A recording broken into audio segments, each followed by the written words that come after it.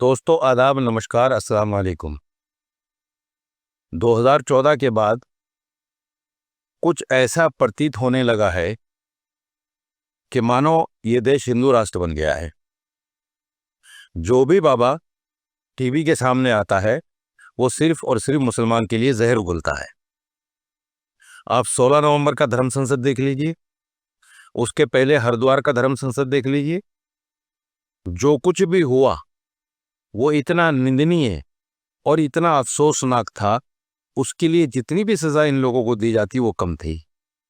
लेकिन हरिद्वार के लिए कुछ लोगों पर झूठी एफआईआर कर मामले को दबा दिया गया, और 16 नवंबर में जो दिल्ली में हुआ उसने तो बिल्कुल सारी हदें पार कर दी। यानी ये देखिए कि जो भी खड़ा हो रहा है वो मुसलमानों को विधर्मी, मलेच्छ, इनसे लेन देन बंद कर दो, इनको दुकानों पर नौकर मत रखो, इनको मकान किराए पर न दो, यानी हर तरह से इनका सोशल बाइकाट कर दो, इस तरह की बातें। ऐसा लग रहा है कि जैसे नरेंद्र मोदी ने इस भारत को हिंदू राष्ट्र बना दिया है, या योगी ने यूपी को हिंदू राष्ट्र बना दिया है।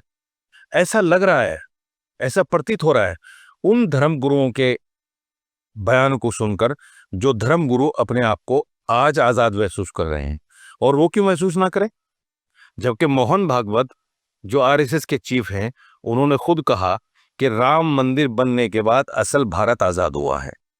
अब मुझे बताएं, राम मंदिर बनने से पहले क्या भारत गुलाम था?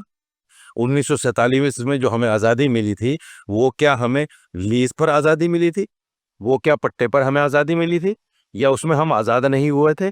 और राम मंदिर बनने के बाद ऐसी कौन सी आज़ादी मिल गई जिसको मोहन भागवत ने कहा कि आज़ादी असल राम मंदिर बनने के बाद मिली है?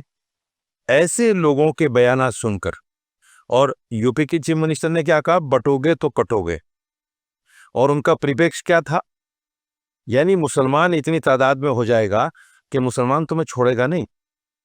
कहने का तात्पर्य ये था। उसी को लेकर जितने भी लोग हैं, चाहे वो यतीम नरसिम्हानंद हो, यतीम नरसिम्हानंद को मैंने सुना, अभी आज ही मैंने उनकी एक वीडियो सुनी। वो आदमी इतना जहर उगलता है मुसलमानों के खिलाफ, इतना गंदा बोलता है, उसके खिलाफ एफआईआर भी हुई, सब कुछ हुआ, लेकिन अच्छी तरह से कार्रवाई नहीं हुई। महामंडलेश्वर बने बैठे हैं साहब, क्यों होगी उनके खिलाफ कार्रवाई? ये अलग बात है कि योगी जी उनको लाइक नहीं करते। उनकी कुछ ऐसी वीडियो भी आई महाकुंभ में कि योगी जी ने उनको पास लगने नहीं दिया, लेकिन उन पर कार्रवाई भी नहीं हुई। उन्होंने अभी रिसेंटली एक वीडियो में कहा, और सिर्फ वीडियो उनकी अकेले की नहीं है, बल्कि वो कुछ लोगों को संबोधित कर रहे हैं, कुछ लोग उनके सामने बैठे हुए हैं, उनको संबोधित कर रहे हैं और कह रहे हैं कि अगले 10 साल में मुसलमानों की भीड़ तुम्हारी मकानों के बाहर होगी और तुम कुछ नहीं कर पाओगे। बस वो लोग कुछ कर पाएंगे जिनके पास हथियार होंगे, जो लड़ना जानते होंगे। यानी वो सीधे सीधे हिंदुओं को उभारने की, हिंदुओं को उकसाने की और मुसलमानों के खिलाफ लड़ाई के लिए तैयार हो जाने की अपील कर रहे हैं। इस तरह की बातें बाबा बागेश्वर ने तो हद ही कर दी। बागेश्वर तो इस देश को हिंदू राष्ट्र मान चुका है। वो तो कहता है कि मुझे तुम मेरा साथ दो, मैं तुम्हें हिंदू राष्ट्र दूंगा। और अभी रिसेंटली उन्होंने कहा, ये बड़े शर्म और अफसोसनाक बात है, हमारे देश का जो संविधान है वो धर्मनिरपेक्ष है, और ऐसा धर्मनिरपेक्ष है पूरी दुनिया में। हमारे इस संविधान को, हमारी इस सभ्यता, इस कल्चर को, पूरे हिंदुस्तान को, पूरी दुनिया में अगर इसलिए किसी लिए जाना जाता है तो वो हमारी सभ्यता, हमारा कल्चर है। यानी तमाम अलग अलग धर्मों के बावजूद हम सब लोग मिलकर एक साथ रहते हैं।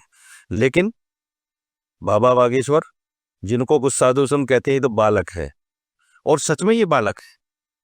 इसको यही पता नहीं कि मुझे बोलना क्या है, इसको यही पता नहीं कि मुझे कहना क्या है, बस अनशन बकता है। उन्होंने कहा कि साहब क्यों जाए मस्जिदों में, तुम अपनी लाइन पे रहो, हम अपनी लाइन पे रहे। बिल्कुल सही है। अरे हम भी तो यही कहते हैं, लकुम दीनुकुम वलिय दीन।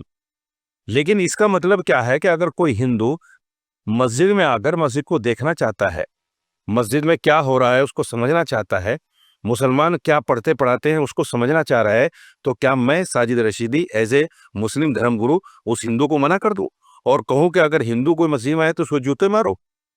इस तरह की भाषा बोलता है। कह रहा है कि अगर कोई हिंदू मस्जिद में जाए तो उसको जूते मार कर भगाओ। क्यों भगाए भाई? हम तो नहीं भगा सकते।